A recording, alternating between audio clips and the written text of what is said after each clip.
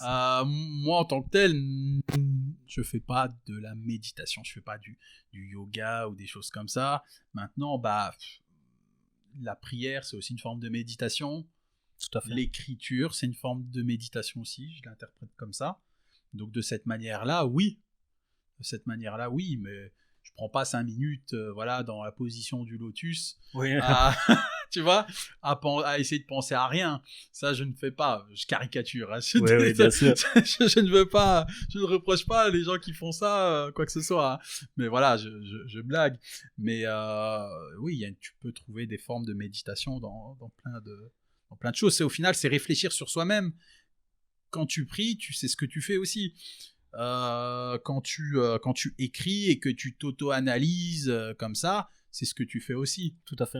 Pour moi, c'est ça, méditer. Et est-ce que tu ressens des bénéfices? Parce que là, maintenant, ça a été prouvé scientifiquement que la méditation a des bénéfices énormes sur la santé, sur le corps, sur la tête. Surtout, ça régénère les cellules du cerveau. Il y a eu des études en tout cas, il n'y a pas de bénéfice sur la perte de poids. ça, je peux te le dire.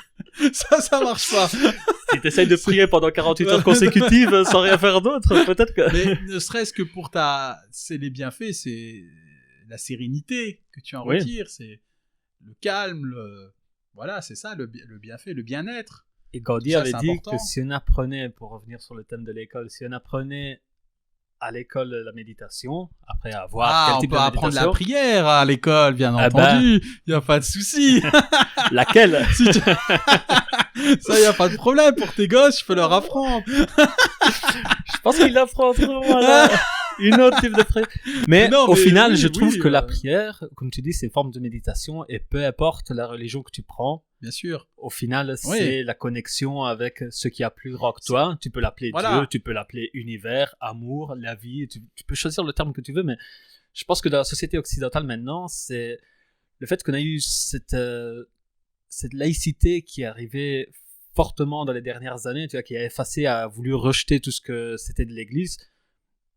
Je vais pas dire à juste titre ou à mauvais titre, hein, je constate juste les faits. Je trouve que ça a laissé une grosse lacune. Je pense que c'est aussi pour ça qu'il y a plein de gens qui commencent maintenant le yoga, la méditation, parce qu'il y a, un besoin manque de spiritualité qui n'a pas été remplacé depuis que l'Église a...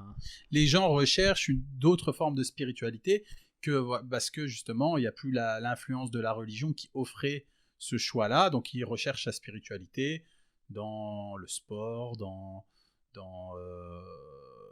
le yoga, la méditation, tout ce que tu veux, oui, ils recherchent, tu as cette recherche-là, parce que même si les gens ne croient pas en Dieu ou en une force supérieure, il y a ce besoin-là, je pense, qui est commun à tous, qui est un besoin de transcendance, de donner sens à ce que l'on est, à ce que l'on fait, et ça, tu peux trouver ça, le plus simple, c'est de passer par la religion, c'est historiquement, voilà, c'est le plus logique, mais t'as plein de gens qui trouvent ça dans d'autres choses, même dans les rituels, t'as une forme t'as des gens qui sont pas du tout croyants, mais qui s'imposent des choses qui ressemblent à des rituels, par exemple les véganes qui se donnent des interdits alimentaires, c'est les religieux qui ont inventé ça. Ouais. Donc c'est aussi une manière pour eux de définir un mode de vie, une hygiène de vie, et donc ils peuvent retrouver aussi une spiritualité là-dedans. Donc le terme, voilà, la spiritualité, c'est quelque chose de très général, et tu peux le retrouver sous plein de formes. Pas forcément la prière religieuse, ou le discours du curé ou de l'imam, tu vois. Ouais, je trouve que c'est... comment dire, qu'on s'éloignait un peu. Les dogmes ont fait fuir les gens de la religion. On a trop facilement, je te parle dans mon cas de la religion catholique parce que c'est celle que je connais le mieux, on a trop souvent on associe la religion à l'église. Ah oui, on mélange. Est out of time. Ouais, non, on mélange les deux. Oh, c'est parce que je vérifie que le micro fonctionnait toujours bien. Et on est presque out of time, parce que déjà, 6 Ouais, heures moins quart. ouais, je sais pas jusqu'à quelle heure. Peut-être encore une petite demi-heure. Ouais. Parce que sinon, on pourra on faire a un tous les épisode 2. Hein. Sinon, on fait épisode 2. Voilà, c'est ça. Mais oui, donc, comme je disais, c'est vraiment le fait que souvent, j'entends dire, oui, mais l'Église a fait ça dans le passé. Et les gens ne comprennent pas que l'Église est une institution religieuse, c'est pas la religion. Tu peux pas associer Dieu à l'Église comme tu peux pas associer, je sais pas, je m'avance, mais je connais pas bien la religion musulmane. Je pense pas que tu peux identifier Dieu avec l'imam. C'est pas parce que l'imam a fait quelque chose de mauvais que tu vas dire Dieu est mauvais. Eh ben ça, il faut expliquer ça aussi. Tu vois, tu donnes l'exemple de l'imam, mais ça va aussi simplement pour l'individu musulman et le terroriste aussi. Tu vois, tu peux pas assimiler la religion musulmane, la religion islamique, à l'interprétation ou aux actes d'un individu musulman. Donc ça, c'est tout à fait vrai. Donc les gens qui font ce réflexe, oui, mais regarde tous les attentats islamiques, tous les attentats terroristes islamiques, donc vu qu'il y a beaucoup d'attentats qui sont faits par des musulmans, cela signifierait que le problème vient de la religion musulmane en tant que telle. Mais non, dans ces cas-là, c'est considéré, si tu fais le parallèle comme tu as fait avec le christianisme, le catholicisme, que alors, puisque l'Église a eu ses dérives et ses problèmes, que ça vient intrinsèquement de la religion catholique en elle-même, et que dans ces cas-là, la religion catholique ne peut donner que ce résultat-là. Ouais. Tu vois, et là, la boucle est bouclée. Et tu te retrouves piégé dedans, mais non, c'est pas vrai. C'est pas vrai. T'as ce que la religion est, ce qu'elle dit, et puis t'as ce que les individus en font. Ce qu'ils en comprennent, et t'as déjà ce que les individus en comprennent, et t'as ensuite ce que les individus en font. Parce que tu peux comprendre des choses et ne pas les faire aussi. Ah oui, c'est clair. Donc ça, voilà, donc c'est immensément complexe. Et donc, dans les débats actuels, quand tu parles de l'islam, c'est complètement aberrant. T'as toujours ce lien qui est fait, où c'est comme si tu avais... donc on te dit, voilà, on t'explique la réalité des attentats, etc., uniquement par la religion, par ce qu'elle serait supposée être. Et on t'explique que comme ça, alors que non. Si les gars, ils viennent de Syrie se faire péter ici, t'as plein de causes, de facteurs géopolitiques, tu vois. L'Irakien qui s'est fait bombarder pendant 10 ans sur la gueule par les Américains et qui a développé une haine de l'Occident, tu vois. Qu'est-ce qui a le plus joué sur le fait qu'ils deviennent haineux de l'Occident en généralité, dans toute sa globalité? Est-ce que c'est parce qu'il est de religion musulmane, ou est-ce que c'est parce qu'il a vécu des horreurs qui ont été provoquées par ces bombardements-là? Tout à fait. Donc, tu vois, donc, tous ces éléments, tous ces facteurs qui influencent le comportement des individus, on le résume à simplement la religion. Ce que la religion dit, voilà, si les terroristes ils font ça, c'est parce que la religion elle dit ça. Donc ça, c'est tout le discours que tu entends, les Éric Zemmour, les machins, sur les plateaux de télé, qui est répété, rabâché à longueur de journée, qui c'est vide, en réalité c'est vide. La chose que je trouve difficile pour moi, parce que comme je t'ai dit, je connais pas bien le Coran, la religion musulmane, c'est qu'il y a des passages clairs et nets dans le Coran où on incite à la djihad, comme, attention, il y en a aussi dans la Bible. Tu lis le Deutéronome, c'est un livre où tu as les pires choses, tu dois tuer la femme parce qu'elle a été fidèle, tu dois faire ci, tu dois faire ça. Le fait, c'est que dans la religion chrétienne, à certains moments, on a le Vieux Testament, donc les vieux livres, et puis tu as l'arrivée de Jésus avec le Nouveau Testament, et Jésus vient un peu, entre guillemets, à balayer le Vieux Testament, je dis bien entre guillemets, et c'est pour ça, en fait, que Jésus amène le message de paix, tous les messages qu'on connaît. Du coup, chez les chrétiens, tu as toujours cet argument que oui, il y a des livres où il disait qu'il faut faire Et puis tu as les nouveaux livres. Mais puis tu as les nouveaux livres qui disent attention, Jésus n'a pas dit ça. Jésus a dit qu'il faut pardonner. Mais moi, je connais pas le Coran, donc je sais pas si dans le Coran, il y a plus ou moins la même chose ou c'est... Mais donc déjà c'est intéressant. Donc déjà, quand tu dis ça, ça voudrait dire que parce qu'il existe toujours des gens qui ne considèrent pas que les nouveaux livres sont sacrés, mais qui se réfèrent uniquement aux anciens. Pas des Ça, chrétiens, c'est- parce que Non, par bah, définition, les juifs. ouais. Et donc ça veut dire que déjà, les chrétiens qui pensent ça veut dire quoi? Qu'est-ce qu'ils pensent des juifs? Si tu considères que tu avais bien des textes violents avant, mais que les nouveaux textes viennent les contrebalancer. Mais ceux qui se réfèrent uniquement aux anciens textes, tu penses quoi d'eux alors finalement, tu vois? Donc déjà, bon, ça ça peut être dangereux, ça peut être tendancieux, mais en dehors de ça, donc pour la religion musulmane, ça c'est quelque chose que tu as beaucoup dans les médias, c'est se focaliser sur des versets qui sont conflictuels, où tu as vraiment le non-musulman, chrétien, juif, etc., qui est désigné comme étant l'ennemi. Tu as des versets comme ça, je pourrais pas te les réciter parce que enfin voilà, moi je suis qu'un musulman lambda, tu vois, j'ai pas de formation dans ce domaine-là, etc. Mais oui, tu as des versets, tu les lis comme ça, sans le reste, tu dis waouh, c'est violent, tu vois. Mais quand tu lis n'importe quel livre de base, d'introduction sur l'exégèse islamique, ils te disent tous la même chose. C'est que quand tu as le Coran, il s'est écrit, si tu veux, il s'est écrit progressivement. Ça a été des révélations. Donc le musulman, en tout cas, pense que ce sont des révélations qui ont été faites au prophète sur une vingtaine d'années. Donc ça s'est écrit progressivement.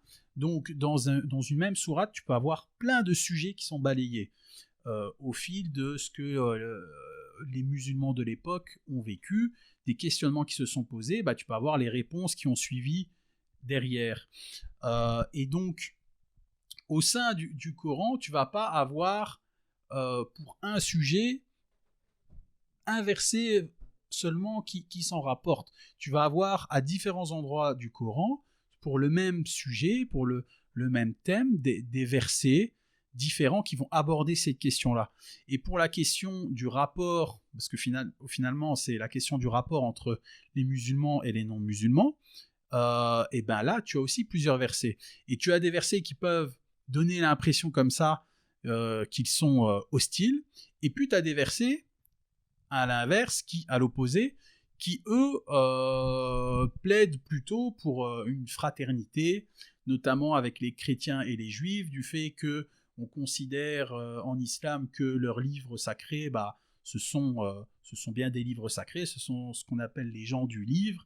Donc finalement, c'est une seule et grande même religion que nous, on considère que le prophète Mohammed a été jusqu'à parfaire.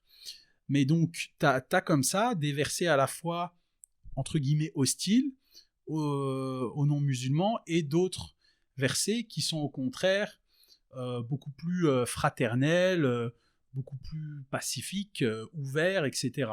Donc, c'est pas parce qu'il y a une schizophrénie, c'est simplement que, comme je t'ai dit, le Coran, il s'est fait en fonction des événements, il s'est construit en fonction des événements de la vie du prophète, et donc que dans ces événements-là, tu as eu des moments d'échange et de fraternité avec des communautés non musulmanes, chrétiennes, juives, etc.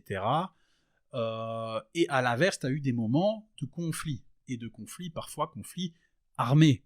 Et c'est toute l'histoire de l'islam, c'est comment est-ce que la communauté musulmane a été harcelée pour ses propos, pour leurs idées, pour l'idée du Dieu unique. Quand tu avais à la Mecque les tribus qui, elles, étaient des tribus polythéistes et qui avaient le pouvoir sur la Mecque, et donc qui voyaient d'un mauvais œil cet individu qui venait parler de Dieu unique, et qui remettait en cause profondément leur pouvoir, finalement, leur idéologie même. Donc ça, c'est toute l'histoire du début de l'islam. Et donc, ce genre de versets, ils doivent s'intégrer dans un contexte plus global, avec les autres versets qui abordent le même sujet, mais avec ce contexte historique dans lequel ces versets ont été révélés. Et donc, en fait, ces versets, ils ne sont pas en opposition, ils se complètent. C'est, moi, comment je les vois à mon humble niveau, c'est d'un côté, on te dit comment te comporter avec les non-musulmans en temps de paix, et de l'autre côté, c'est comment on te dit de te comporter en temps de guerre. Donc, le chrétien, moi c'est comme ça que je le vois. Le chrétien qui, voilà, toi t'es chrétien, tu ne viens pas m'emmerder, tu ne m'agresses pas, t'es sympathique, je t'invite chez moi, tu vois, y a pas de problème. T'es là, je t'invite, je t'offre un café, si t'en veux un deuxième, je t'en donne un deuxième, y a pas de problème, y a pas de souci. Je vais pas t'agresser et être violent envers toi alors que tu m'as strictement rien fait. Et à l'inverse, si tu commences à te montrer hostile, il y a certaines idéologies, dans certaines cultures, c'est tendre l'autre joue, ou c'est Gandhi, c'est on prend sur soi, etc. Là, tu me gifles, je vais t'en recoller une, tu vois. Ouais. Alors, aussi forte que tu me l'as mise, tu vois, je vais pas abuser, mais tu vas la sentir quand même, tu vois ce que je veux dire. Donc, c'est ça l'idée. C'est juste que ces versets-là, ils sont intégrés au contexte global dans lequel ils ont été révélés et à intégrer aux autres versets. Ils sont pas en opposition, mais ils abordent, en fait, des situations qui sont différentes. Dans chaque verset qui a été révélé à cause d'un événement précis de la vie du prophète, il faut en tirer les enseignements plus globaux, plus généraux, qui peuvent être utilisés 14 siècles plus tard. C'est ça. Tu vois ? T'as la même chose dans les évangiles. Si tu prends les évangiles et tu les lis d'un œil même athée, si tu essaies d'extrapoler juste les messages, tu vas retrouver les mêmes choses que tu trouves dans les messages New Age, dans les trucs de spiritualité que c'est très à la mode maintenant en Occident. Et c'est juste, c'est les mêmes messages, c'est vraiment les mêmes, mais juste parce que c'est religieux, c'est de la merde, alors que ton truc New Age, parce que c'est New Age, c'est bien. Ouais, voilà. Alors, il faut... il y a une tendance à dénigrer la religion maintenant, et voilà, on vit dans une société qui est de plus en plus athée, matérialiste, mais combien de temps ça a duré, ça je sais pas. C'est ce que je trouve dommage en plus de ce reniement, c'est que on se rend pas compte, mais au final, tout ce qu'on a en Occident vient grâce à la religion. Et je te parle de la religion judéo-chrétienne au sens large, qui a aussi des bases communes avec la religion musulmane. Et des trucs basilaires comme ne pas tuer, tu dis bah oui, je ne veux pas commencer à tuer les gens. Oui, mais avant c'était pas comme ça.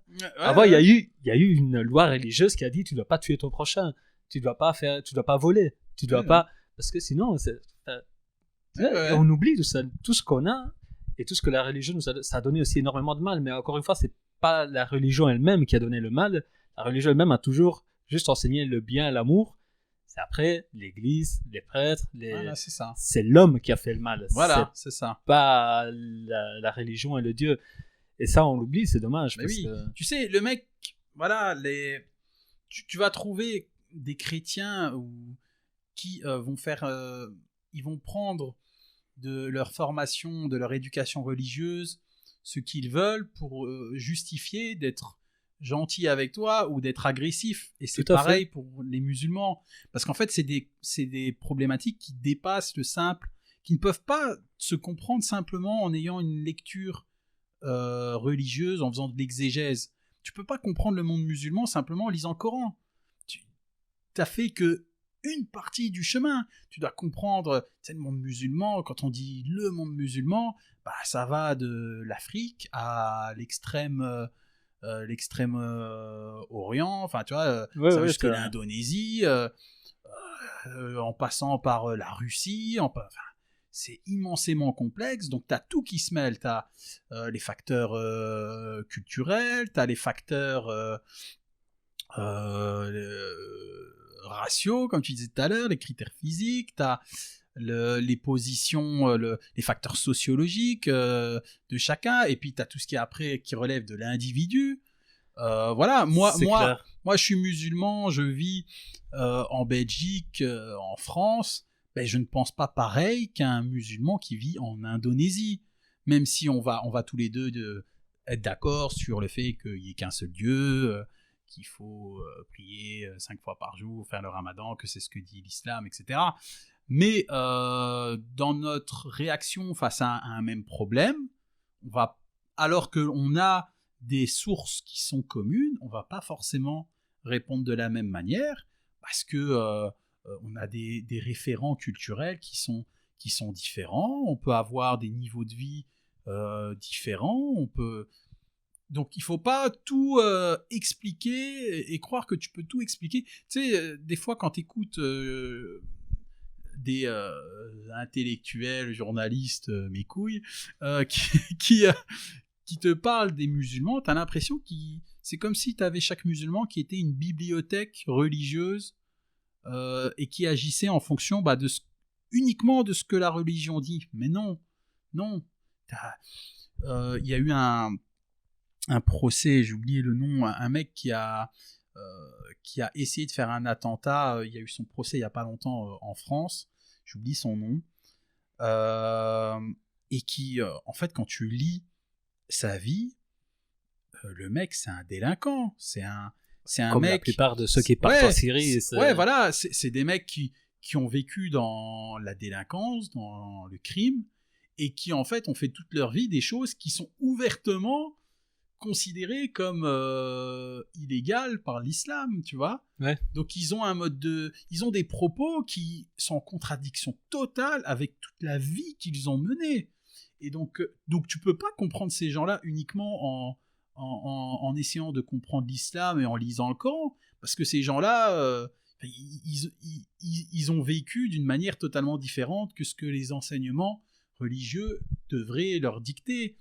Donc il y a d'autres éléments, il y a des facteurs sociaux, économiques, à prendre en compte. Donc il ne faut pas simplifier les débats en se focalisant sur l'aspect religieux. Et ça, c'est valable pour les musulmans, c'est valable pour tous les problèmes. Hein. Tout à fait. Parler du conflit israélo-palestinien, c'est pareil, tu peux pas. C'est un peu comme tu disais par le facteur religieux. Un peu comme tu disais tout à l'heure sur le fait que les gens vont à l'université, ils sortent de là et ils n'ont pas appris à réfléchir. Et j'ai l'impression que si tu prends l'université et tu prends même la religion, tu as des gens qui vont rentrer dans une religion sans...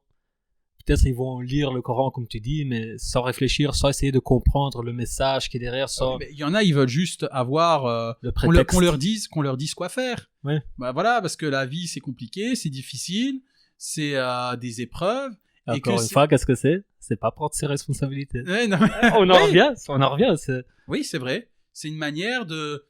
Voilà, on te donne une solution simple. Donc surtout que quand tu parles de religion, tu peux vite tomber dans des débats très complexes qui nécessitent un niveau de connaissance que moi j'ai pas, que la plupart des gens n'ont pas. Et donc ça peut vite, tu sais, avec toutes les branches que tu as en islam, toutes les manières différentes, les opinions différentes, tu t'y perds vite, c'est très complexe. Et donc, quand tu as un mec... Et le problème, c'est que ça détermine non seulement ta vie, mais c'est que toi, quand tu es musulman, tu penses que ça détermine ton éternité. Ouais. Tu te dis, si je me gourre de chemin, je vais finir en enfer. Et je vais passer l'éternité au chaud. Tu vois ? Et donc, tu as peur de ça. Tu as une peur immense de ça. Et donc, quand tu as un mec qui vient sûr de lui, et avec sa grosse barbe et tout, qui a des codes bien précis, et qui te dit, voilà, te fais pas chier avec tout ça, il faut juste faire ça, ça, ça et ça. Toutes les interprétations que tu as du Coran, tu t'en fous, tu les balayes. Lecture littérale, il faut prendre au mot. C'est plus simple. T'as plus besoin de réfléchir. C'est génial. Tu n'as même plus le droit au doute. Le doute, tu le balayes. Ouais.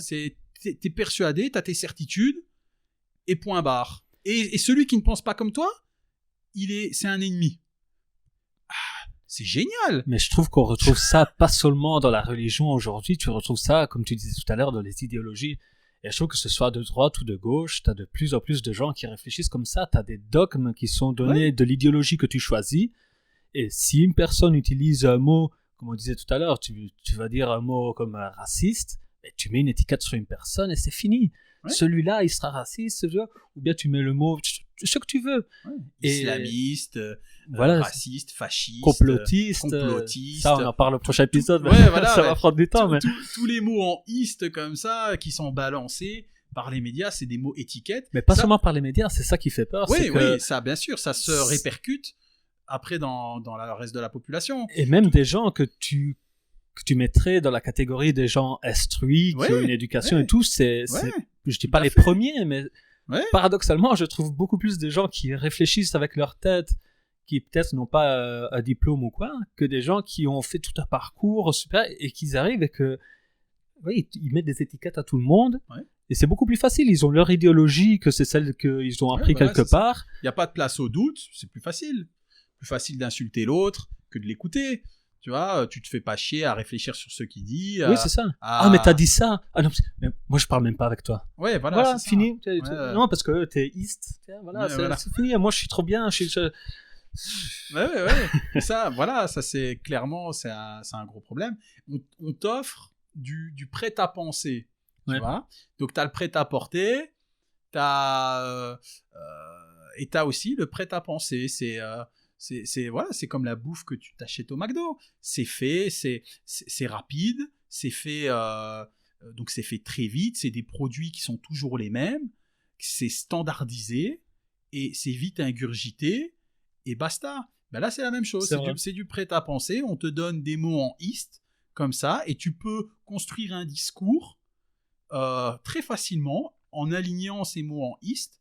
Discours qui va être totalement en fait vide, qui va se baser sur rien, qui ne veut rien dire, mais t'as donné l'impression d'avoir une opinion personnelle. Ouais, c'est ça. Et c'est ça.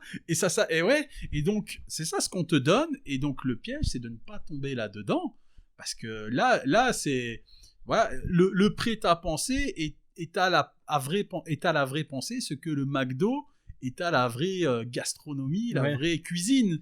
Tu vois ? Et je trouve que, pour revenir sur le thème de tout à l'heure, c'est vraiment le fait d'avoir la capacité d'écoute, c'est ce qui te permet de sortir de ces idéologies. Oui. Parce que si tu sais écouter l'autre et tu te braques pas sur ta position, parce que dès que tu entends l'autre, ah non, mais toi t'es comme ça, alors, ah non, mais comment tu peux dire ça ? Ben, écoute-le. Écoute son raisonnement. Et déjà là, tu vas voir si le mec a un raisonnement. Parce que souvent, les gens, tu les reconnais, ceux qui sont dans une idéologie, parce que ok, tu vas déjà pouvoir lister les arguments qui vont te sortir, parce que c'est ceux qu'il a entendus à la télé et tout. Ouais. Oh, oui, ok, mais pourquoi ? Qu'est-ce qui porte ça ? Et quelle est ton idée pour sortir de là ? Est-ce que tu penses non, mais bon, mais tu me fais chier. Et juste en écoutant les personnes, tu peux comprendre si toi-même déjà parce que ça se trouve, nous aussi, on est dans une idéologie, tu vois, ça va. Mais le fait qu'on arrive à discuter là, vraiment apertement de tout, on a parlé de tout, n'importe quoi, et peut-être on avait des divergences, mais pourtant je t'ai écouté, tu m'as écouté, on s'est compris, on a compris ce que tu voulais dire, on s'est pas arrêté à la première page, on a creusé, et je trouve que c'est indispensable. C'est indispensable. Mais cet exercice-là, bah voilà, il prend du temps. Ça demande effectivement de savoir se retenir de parler, se forcer à écouter parfois des choses qui te déplaisent. Voilà, moi quand je discutais, je reprends l'exemple avec le soldat israélien, quand je l'entendais dire des trucs, ça m'horripilait, tu vois. Mais bon bah voilà, c'est tout. Il est dans sa vérité à lui, il est dans son il a ses connaissances à lui, il a son opinion à lui. De toute façon, ce qu'il en pense, moi je m'en fous, tu vois. C'est ça qu'il faut se dire. C'est qu'in fine, bah voilà, le mec il peut penser ce qu'il veut. Toi t'es pas là pour. C'est pour ça aussi, on parlait tout à l'heure des débats. La mauvaise idée de l'idée qu'on se fait du débat, c'est que c'est un duel, c'est un combat, il faut qu'il y ait un gagnant. Tu vois, il y a un gagnant et un perdant. Et il faut qu'il y ait... C'est du clash. En vérité, le débat, aujourd'hui, ce qu'on appelle débat, c'est du clash. Mais le débat, c'est pas ça. pas ça le débat. Le débat, c'est t'as deux intervenants qui partagent des réflexions, des arguments pour essayer de dégager finalement une vérité qui serait supérieure à ce que chacun dit. Et tu as les arguments qui se confrontent, et donc ça te permet de voir lesquels arguments sont plus solides. Donc c'est pas la personne qui va être gagnante du débat. Celui qui doit être gagnant, c'est la vérité. Tout à fait. C'est ce que chacun en retire. Si tu sors d'un débat et que t'en as rien retiré, parce que tu t'es engueulé, tu t'es focalisé, enfin c'est parti en vrille.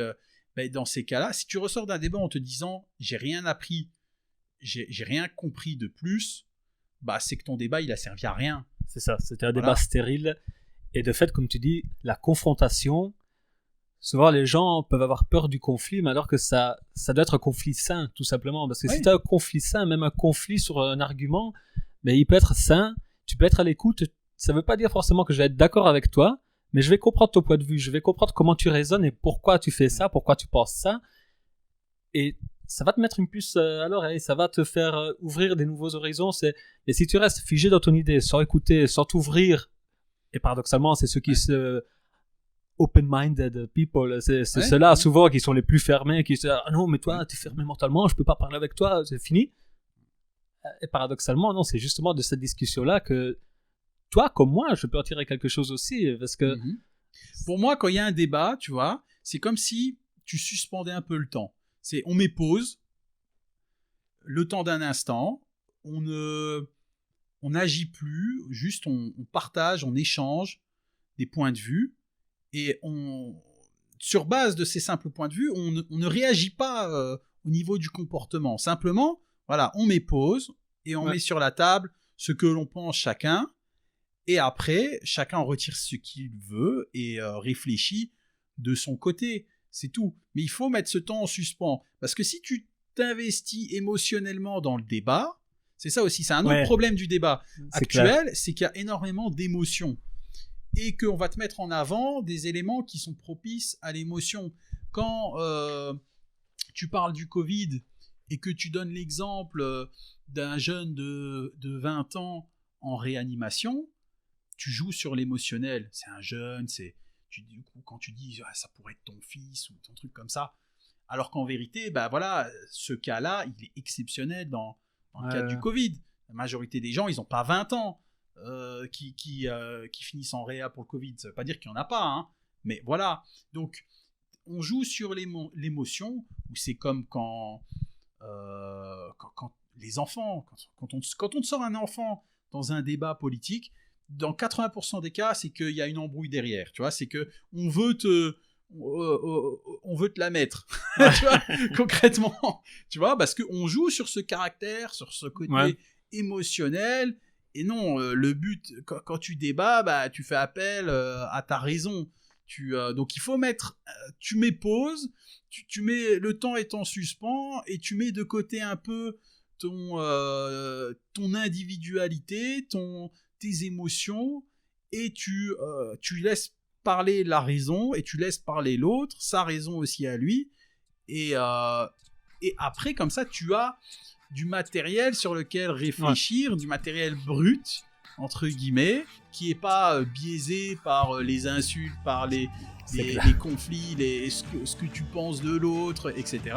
Et c'est là où tu peux vraiment réfléchir et commencer à réfléchir par soi-même.